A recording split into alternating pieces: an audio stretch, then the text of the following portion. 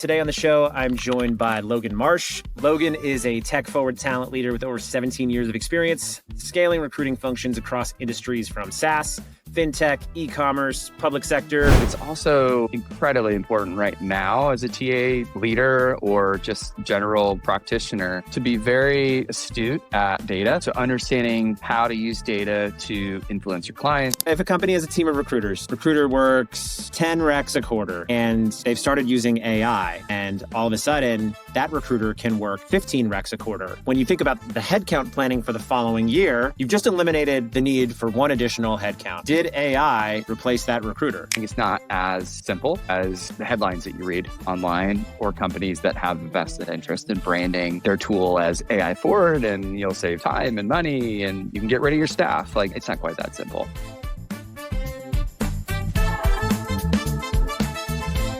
Recruiters, do you know those moments where you're juggling 15 roles, 10 hiring managers, and 3 different outreach tools, and you just think, there's gotta be a better way to do this? That's where Grayscale comes in. It's an AI assistant built for recruiters, not just another generic chatbot. Grayscale lives inside your ATS, whether it's Greenhouse, Workday, or SAP, and it automates candidate updates, reminders, and outreach across text, WhatsApp, and chat. I've seen teams use it, cut time to fill by 30%, and cut ghosting in half without losing the human touch. Because this isn't about replacing recruiters, it's about freeing them up to do the stuff that actually matters, closing great candidates. So if you're building a real talent machine, check out grayscaleapp.com and tell them Building the Talent Machine sent you. All right, what's up, everybody? Today on the show, I'm joined by Logan Marsh. Logan is a tech-forward talent leader with over 17 years of experience, scaling recruiting functions across industries from SaaS, fintech, e-commerce, public sector. He's one of those folks that is always dropping wisdom online. He's built organizations from 0 to 3,000 employees, led teams of 40 plus, and is known for his data-driven, delivery-oriented approach to talent operations, workforce planning, and tech hiring. Logan, what's up, dude? Welcome to the show. Thanks for having me. Appreciate it, Jeff. Glad to be here. Looking forward to it. Hell yeah. Where are you based and what are you working on? I am based, I would say Seattle, with folks don't know the Seattle area because that's what everybody does. But I'm actually about 35 minutes east of Seattle in the beautiful green and wet foothills of the Cascade Mountains. I love it. Yeah. And what are you doing? Yeah, what I'm up to, a little company known as Count. Most people in TA know Calendly pretty well. Actually, TA in talent acquisition in general is one of our key customer segments. But we are wrapping up 2025 here in the next month or so, and we're trying to go out with a bang in 2025 and finish up our hiring. I am also, as most TA and HR folks could understand, very much in the throes of strategic planning and headcount planning and capacity planning for 2026. That's keeping me busy on the work front. Dude, I bet. I'm excited to chat because there's a lot of folks that have baller experience. You are one of the most baller folks in the world of TA recruiting. So I want to just honor that. And thanks for giving me some time. But when I think about the role of a strategic talent leader, it's truly what you just said. It is full experience. It is budget season. It is looking at workforce planning. How do you think you define a great recruiter or a great TA leader today? That's a really good question. How I would define it, I think it looks a little different, honestly, depending on the person's background and industry they're in. A lot of us live in the tech world and we think tech is all that there is, but there's a lot of different industries out there with different practices and things. But I think any good technical or any good recruiting leader is going to have a foundation of understanding how to go out and find people. That's core of what we do, right? So how do you go out and find the right talent for your company's needs for where you're at today? And then also having an eye on the future. And that's both the talent market, wherever you are and abroad.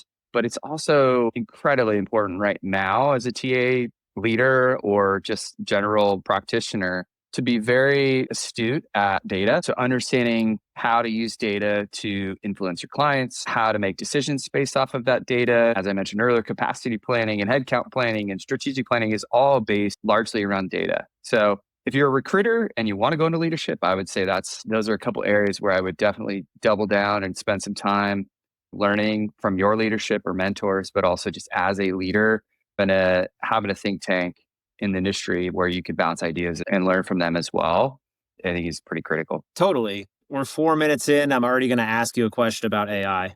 You ready? Sure. Go for it. All right. You talked about capacity planning.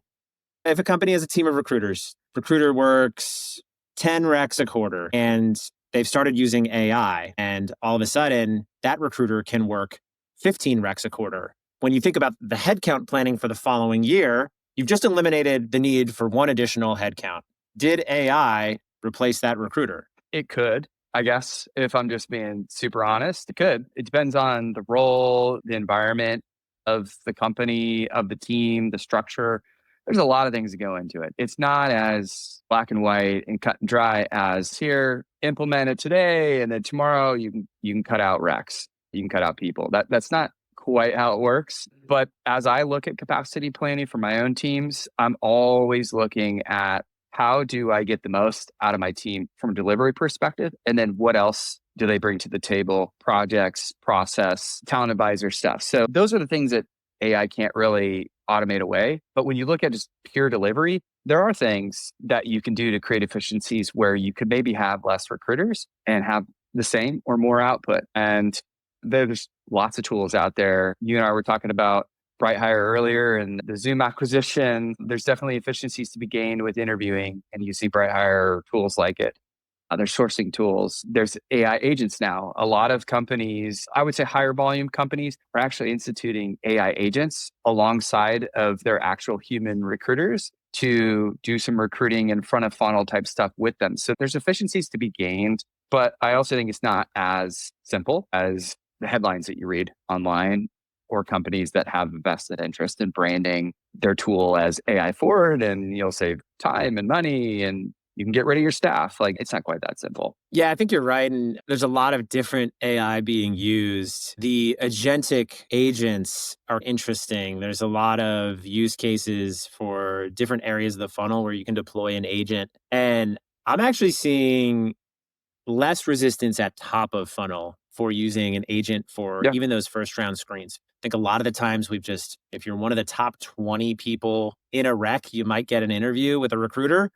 Now candidates have the opportunity to showcase their skills and really have the opportunity to talk to an agent about the work they've done. It does seem and sound a little sterile and clinical and impersonal when it comes to getting a job. I think a lot of the times tech innovation moves at the speed of what candidates and the market are willing to tolerate. Yeah. We saw this like 8, maybe 10 years ago with one-way video interviews. Remember that? Whereas if you're hiring high volume sales or service roles, what's the OpEx to screen those roles in real time? I remember I was hiring with one-way video interviews and the candidates loved it because they were going to be in video facing roles. You're going to be on a Zoom call. This is when this remote culture was pretty new. So the employee value proposition for that employee actually aligned to the candidate experience. So I don't think that one-way agentic interviews are that bad. Congrats to hire. Yeah, congrats. The homies, I love to see it. What are your thoughts on transcription and like hands-free recruiting? I would love it if I was using it every single day more than I am today. My team does use it, and we've got our own tool that we're working on here. It's similar transcription and videos. I think it's going to become more mainstream the more that time goes. And for those that aren't using it, I would get to know it.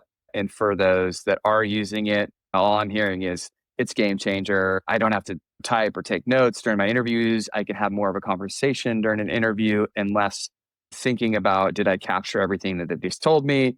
So there's the actual candidate and interviewer experience from a transcription perspective, I think is great. There's also use cases beyond TA that are core to the business. If you're a product manager and you're talking to a potential customer or a current customer, or you're in sales and you're talking to a potential customer, like all those recording and transcriptions are very important to meet the customer's needs where they are. And I think as any for-profit business, you want to try to deliver on what your customers are asking for. So if you have all that data coming into you through these tools, it's invaluable. And then there's just the fact that all of that data you're capturing through using those tools, there's a lot of opportunity to improve, iterate, capture the data to understand how your interviewing processes are going. If you're doing it for interviewing, iterate on those, improve those, or your CX improves. Your quality of hire, if you're measuring that, could improve. So I think to sum it up, the tools that are coming out that are already around to Bright Hire with transcription specific focus is pretty awesome for TA, frankly, and anything in recruiting. But I think there's a lot of use cases beyond that. And with this latest acquisition we just saw, I think Zoom and Bright Hire's partnership is going to be big for the industry. I'm excited for the use case of transcription in a little bit of a hidden secret about it. So a lot of the times recruiters fly blind in interviews. We're not there. We're not fly on the wall. We don't know what goes on in closed doors often. The typical governance of that information is a scorecard, and hopefully recruiters have a great rubric. Hopefully they're looking at time to scorecard completion as like a micro metric so that feedback is fresh and complete and satisfactory, that there's no default zeros from missed questions, things like that. Transcription is kind of surveillance. Let's just call it what it is.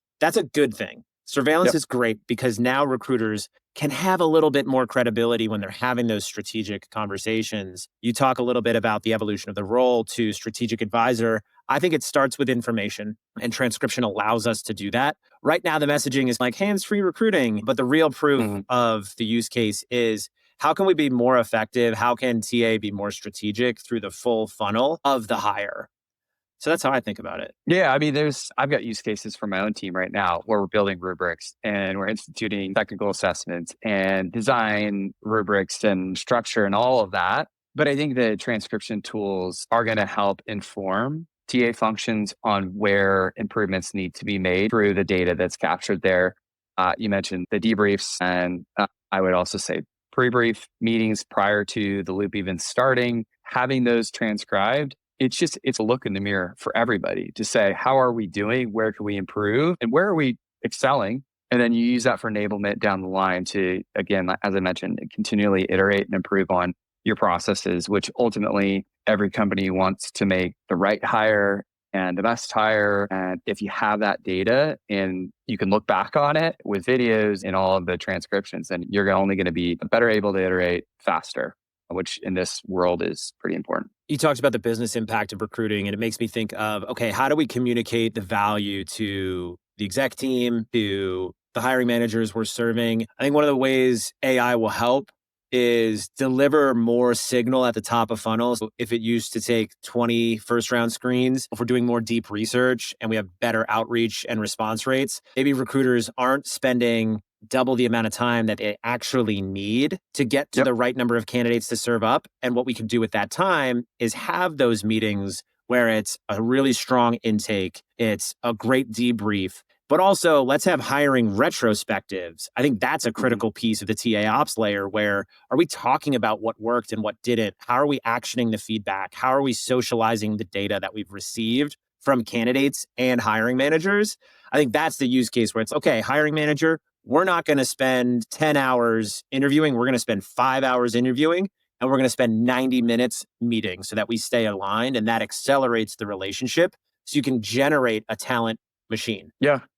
My team right now, we have metrics that I look at all the time, and they're probably tired of hearing me talk about it. Ratios. How many recruiter screens to an offer? How many recruiter screens to a hire? How many hire manager screens to an offer?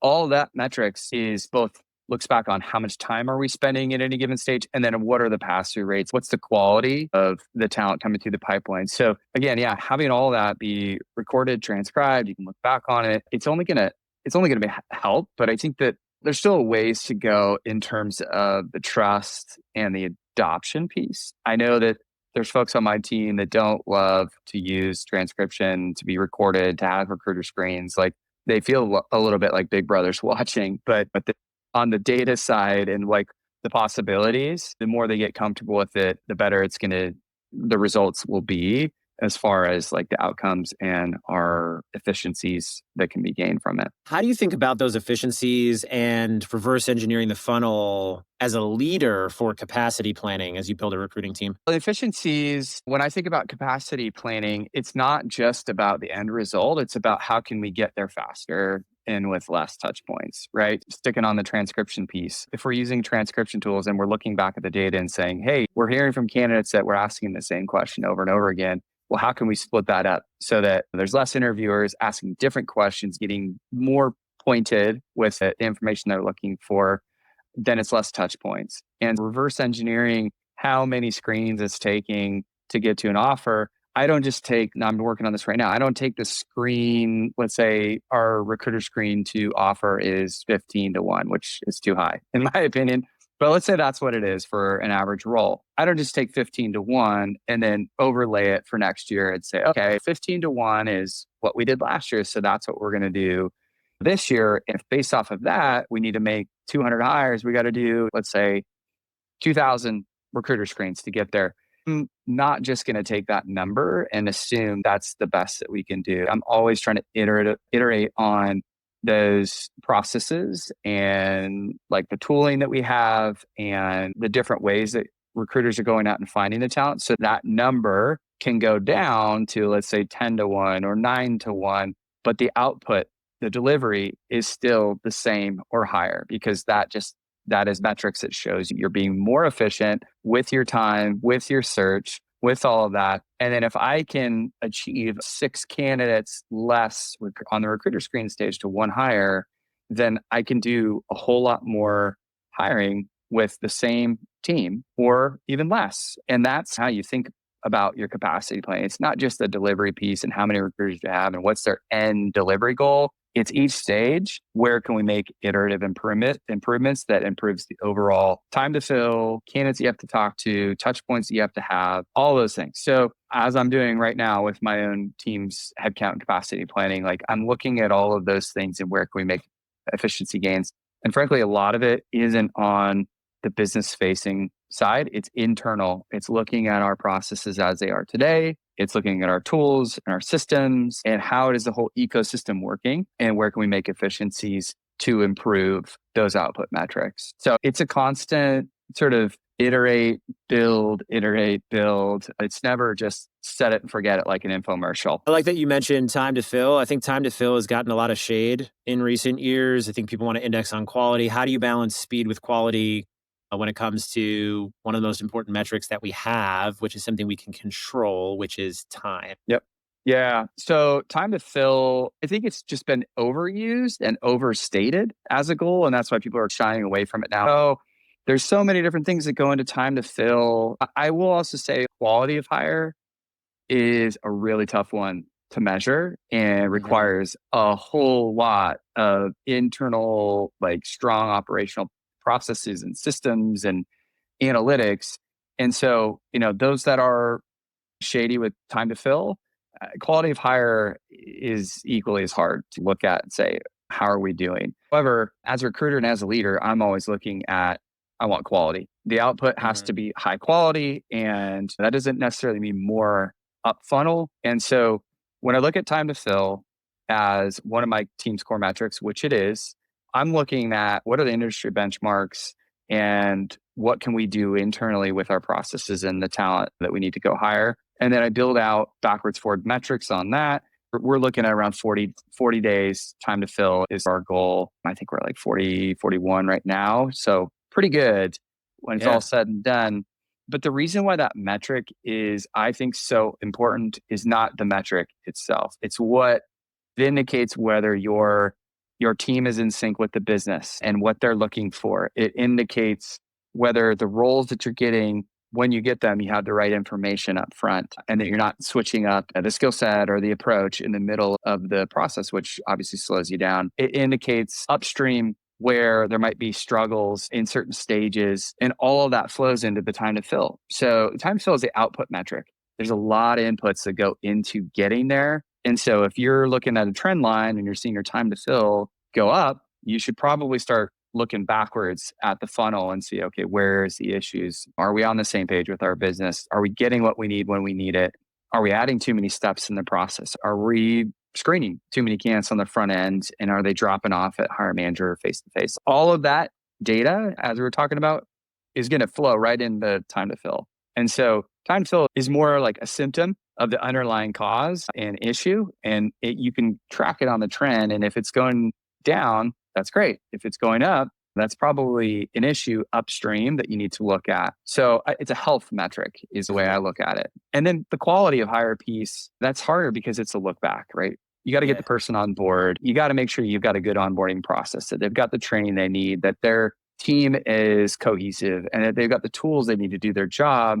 And if they have all those things and yet they still fail, and we can then look back on the hiring process and say, okay, what were the steps in our process? Right? An engineer, as an example, did they do a code assessment initially? How did they do in that? Did they do design assessments? How did they do in that? What questions were they asked in their face-to-face to glean the right information to help predict what their sort of quality and output as an employee would be? If all of those things are tightened up on the front end, the quality is more predictable, but we are still in an art and science business. We're humans, we're dealing with people. You can't always predict what the outcome is going to be. And there's just a ton of factors that go into somebody's ability to be successful. So a lot of HR teams in specific like to use quality of hire as like the sort of pinnacle metric, but it's a really tough one. And you have to have others to look at too, so you can do symptom checks and things like that. I love quality of hire. I worked with a quality of hire vendor. It is the stuff I think about at 2 a.m. The challenge with quality of hire is it lacks a universal definition. Yep. So when you say it means something different to you than it does to me. I think that's okay. Like we can have choose your own adventure understandings of business. The challenge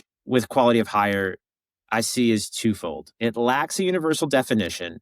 And therefore, when it comes to servicing our clients, our hiring managers, the business, if you're a hiring manager and I hire you in and we start working together and I start talking about quality of hire and you bring your last company's understanding and definition of quality of hire, I'm asking you to learn something new. This is wildly inefficient. I am causing friction. That is not a great way to approach your job if you're in a G&A function.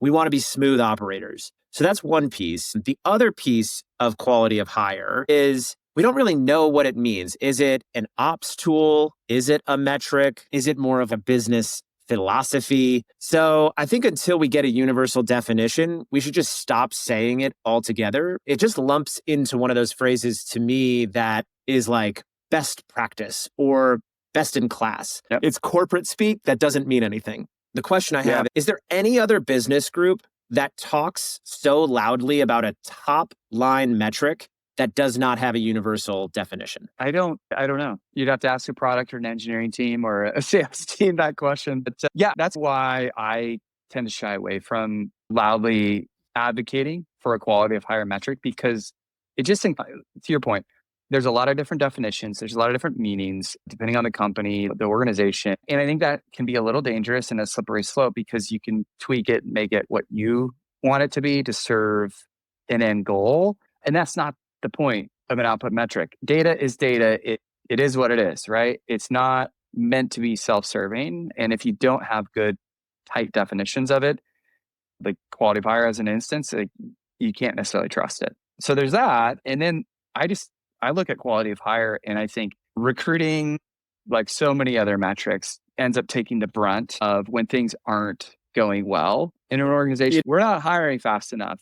We're not hiring the right people. We're not doing X, Y, Z. And that's those of us been in the industry long enough. We're just like, okay, yeah, we hear what you're saying. Quality of hire, though, is not just, it's not a TA metric. It's like diversity metrics, right? Like the whole company owns it. And quality of hire is as much about what's the person doing once they get here? What are the resources they have once they get here? What's the leadership that they're under? And how is that going once they get here? The recruiting process really is just getting 50% of a view into, do they have the skill set? Do they talk the talk and then walk the walk? But once they're here, all bets are off, I think. So it would have to be a measure that tracks on the enablement side, on the leadership side, on the HR side, the TA side, like the business executives would have to own it as well. And it tends to just fall on the recruiting team. So that's a long way of saying that's why it's not that I don't trust it or I don't like it. It's just I'm still not quite sold on where it's living when you look at a scorecard, right? Yeah. And I think because it says the word hire and the dynamic in any business is that like recruiting and hiring fixes all problems, like just blame recruiting. I wear that scapegoat like as a badge of honor. Let me take those hits on the chin. I'm here for it. The thing with quality of hire too is like, there's only one vendor in the space talking about it. Like the rest is just service providers or like recruiting agencies trying to signal competitive advantage. So my curiosity is, if quality of hire were an actual thing, why is there only one software provider for it?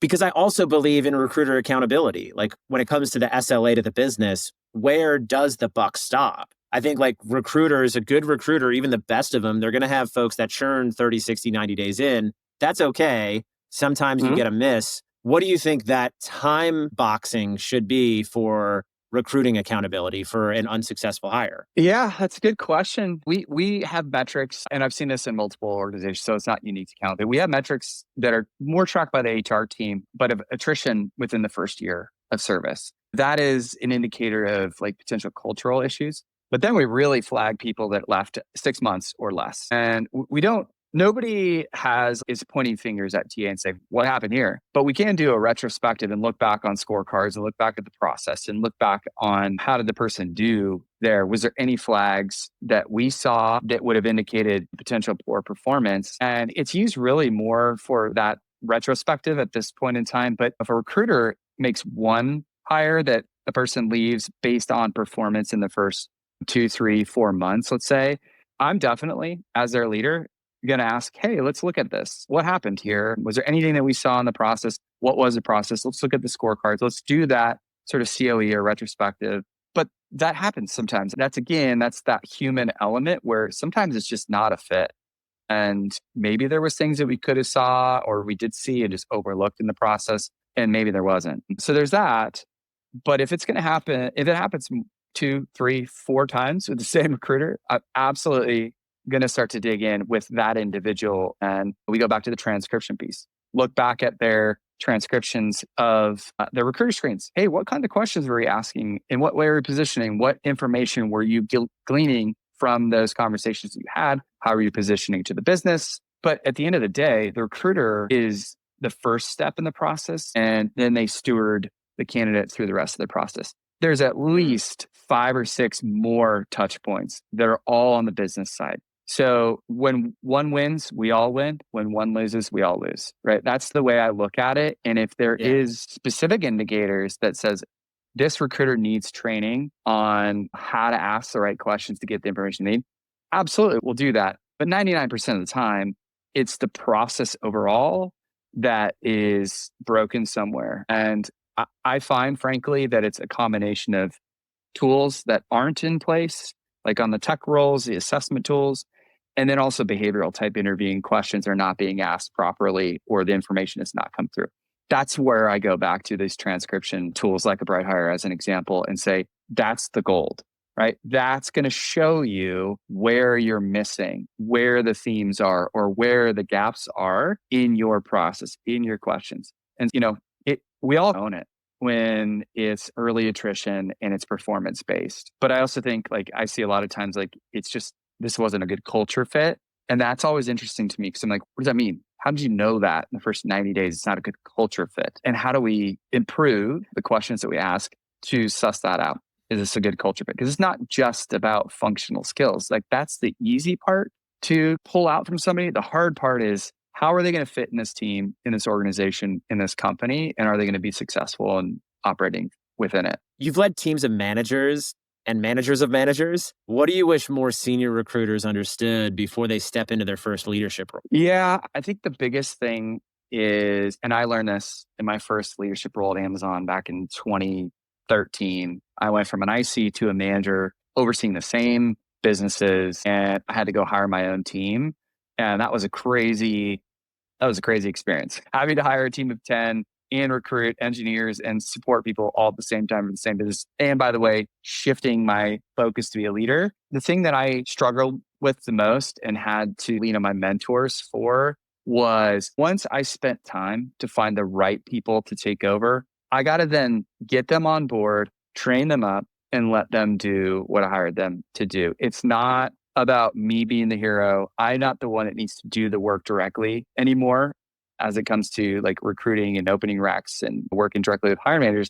I'm leading through these people. So really, your goal as a leader, it's not about being the best recruiter anymore. It's about enabling the best recruiters so that they can be their best. That's one. I think another big one is you go from managing like one-to-one hiring manager relationships to managing all the way up the chain to the C-suite, all the way down and across. So good examples, I'm on our people leadership, team here at Calendly. Every day we talk about and hear about our enablement, our training, our branding, our sales, our HR policy stuff, operations, tooling. That's just on any given day. And then that's aside from my day job of managing my team, working with our CEO on his product roles and working with our CTO on process updates. So like you're in all of it and you've got to really be able to manage priorities, what's most important and how to work on all of that, but then bring back the why to your team. So again, it's one-to-one to one-to-many.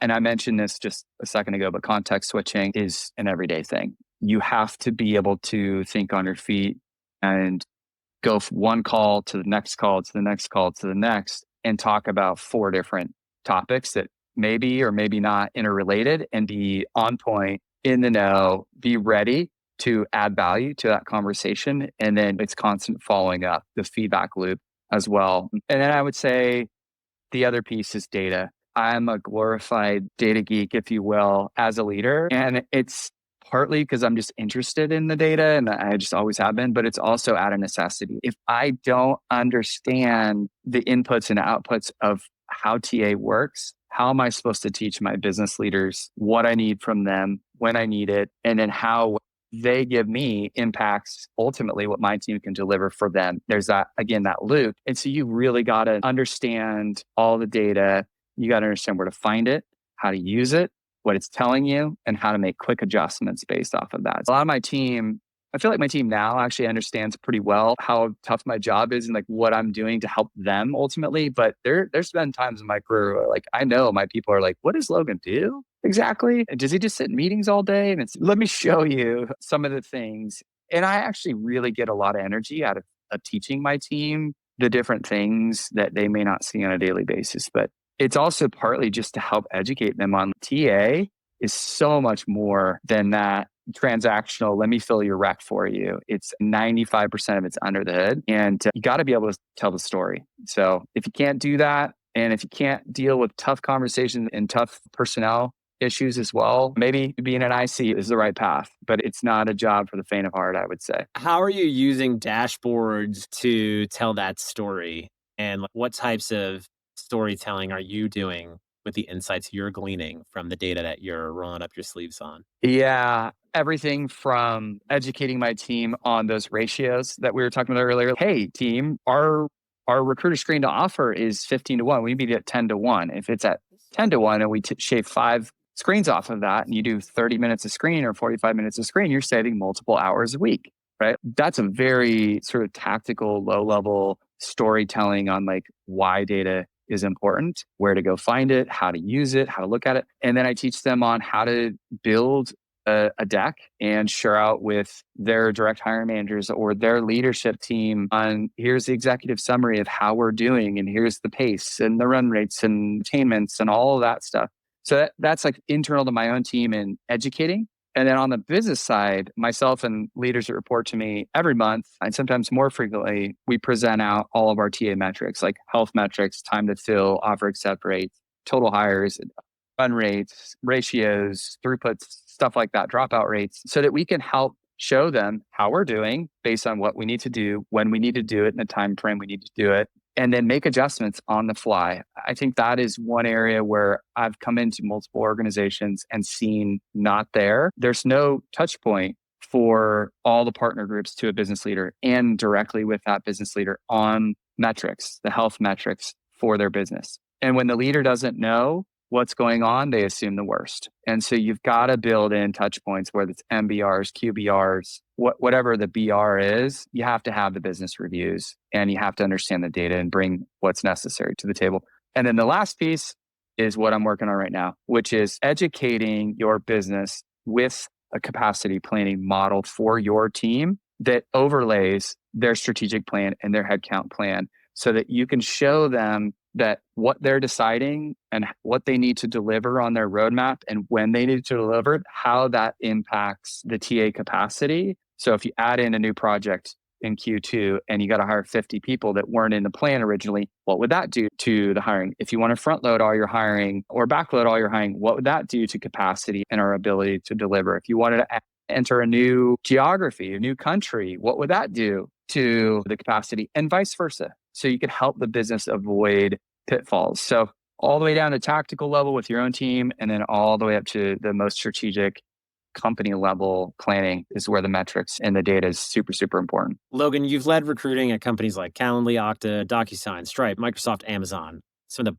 best tech companies out there. When you look back, what are some of those common patterns of how great tech orgs hire? Yeah, I think I look at a few things. Highest level, it's that ability to produce a timely and well thought out headcount plan that comes directly out of the strategic plan back to TA. So that's definitely one thing that I think is really hard for TA leaders in businesses that either don't have that good operational muscle or don't bring TA into the fold. And then the organizations that I've been in, I would say Amazon probably for me was the exceptional at this for the size, especially is just having really clear planning processes and expected outputs from those processes so that when it was time to go operate and deliver on those headcount plans, recruiting was ready to go. They were already read in. It's a knife through butter. So let's go. Off. So I think having tight operational plans and just strategic planning processes in place is one. I would say leaders being like business leaders being really in tune with recruiting. They are also recruiters and they know that, right? So they brand recruiting and how important it is in their own teams, in their organization, and explain to their leaders and their whole orgs how important it is to be good partners with their recruiting partners. And it's not just recruiting's job. Don't just go talk to a recruiter and say, go hire me these 20 people. It's let me help you. Here's what I need. Here's how we should go about this. Be a recruiter, and everybody on your team should be recruiters as well. So that's that partnership. And then leadership. I think that's been a big one. Data. I've talked a lot about data, but look at the data, understand the data, ask good questions, and really learn how the recruiting flow and process and timelines all work. And then I think the other thing too is branding. This one, I spent a lot of time at Okta, Amazon in specific, working with leaders to create curated content, whether it's like a VP or SVP at Amazon doing a video for the new Alexa app, or it's at Okta doing branding videos in our new India office, working with the CRO about, hey, we're going to hire these people here and we're new to this country, like the curated branding. And then there's all the way down to hiring networking events where they get up on stage and they do tech talks and they talk to potential prospective employees about, hey, this is what's cool we're working on. So having that sort of branding back and forth partnership and not just saying, hey, recruiting, go create some videos and some content and share it out and help us hire. Yeah, we can do that, but we should all do that in partnership. So as I mentioned, it's branding that is woven through and partnership that's woven through all of it. That is what sets apart, I think, successful and highly efficient recruiting and business functions versus those that frankly have work to do. Totally. Logan, this has been a real treat. Thanks for chopping it up with me today. Any last bits of advice out there for recruiters looking to maybe wind up like you someday? Yeah, I think when I look back on my own career and I think, okay, how did I get here? Like sometimes you have that retrospective, and there's a few things that sort of stick out to me is I just always knew I wanted to be in leadership, like people leadership. And so I made it my mission to seek out mentors, like true mentors, not just like a buddy to vent about, but like a true mentor that was already in the roles and in the leadership space that I admired. And I thought I could learn something from them. So seek out mentors in roles that you want to be in at some point in the future. Be curious about all things, about your role, learn from your peers, learn from your leadership, and ask for help. I think that just doesn't happen enough, right? Like people in the corporate world, I feel like they see themselves as if they ask for help on whatever it is, a project or sourcing on Rex, that they're going to be tagged as somebody that can't hack it. They can't do their job. I actually see that completely the opposite. I see it as somebody who's self-aware, who knows when to ask for more resources or more help, or if it's just advice, don't be afraid to do that. I know I wasn't, and I still do. Nobody has all the answers. So don't be afraid to invest in yourself, ask for help, be curious, and to learn the data. You're so much more valuable as a recruiter, as a leader, if you understand the information flow, the data flow, and what decisions you can make from it. So that would be my general advice, and just have fun with it. Don't forget that you're helping people land jobs. That's pretty cool. And take it seriously and represent the TA function well. Hell yeah. Life is too short not to work on cool problems with interesting people. Recruiting allows us to do both. If you're not having fun, go do something else. Yeah. We all should have been professional athletes, but here we are. What was your sport? What was your sport growing up? I played a few sports, but my number one is soccer for sure. Okay. Yeah. I was going to guess that actually. Were you a winger or were you like a... I was a striker and a right wing, typically. Okay. Yeah. Yep. Who's your prem team? It's going to have to be Man City. Yeah. My daughter right now. I'm sorry. You're an Arsenal guy? No, I'm a Bournemouth guy. Go Cherries. Bournemouth. Okay. I love an underdog. I can't hate that. Yeah, no, my kids are going through the soccer. My son especially is going through the soccer journey, I'll call it right now. And it's fun. It's fun as a parent, more stressful for sure as a parent, but it's fun to watch. I was an athlete growing up too. And I was chewing on this last night as I watched the Avs win over the Sabres. And one of the rookies came in and had a stellar game. He got promoted from third line to second. Nice. We talk a lot about A players. B players, they carry water. They chop wood. In sports, not every single person is a star. Yet in business, we have this expectation that every single person needs to be an A player, whatever that means. Yeah. I think of it, the other analogy is a chef is only as good as the team around them. So think about a chef, let's say a Michelin star chef who doesn't have a sous chef or a good one. How good are they? They're going to hate their job. They're not going to be good at, they're going to lose their Michelin star. You have to have a team. And the way I approach building my own teams is I do not want a bunch of mirror images of one another. I want people that complement each other in their skill sets. And that doesn't mean everybody's the loudest person in the room or can find the best talent there is on earth. It's like we bring different skill sets, and that's what makes us a team. And I think it's important to celebrate the team within TA, but also just those that help us, the partner groups, the business themselves. Like we're all in this together. It's the same goals. We just have to remind ourselves of that. So true. Well, Logan, thank you for your time. It's amazing to hear some of the wisdom you've shared. How can people stay up to date with where you're at and what you're doing? Yeah, I think the easiest way is probably find me on this little social media platform called LinkedIn. You probably have heard of it. I'm pretty active on LinkedIn. Obviously, I do some podcasts every now and then, and I'm part of the People Tech Talent Network as well. So any one of those channels, you can find me, but LinkedIn's probably the best. Awesome. Thanks for coming on mine to talk shop. You're the best, dude. Have an awesome day. Appreciate you. Thanks.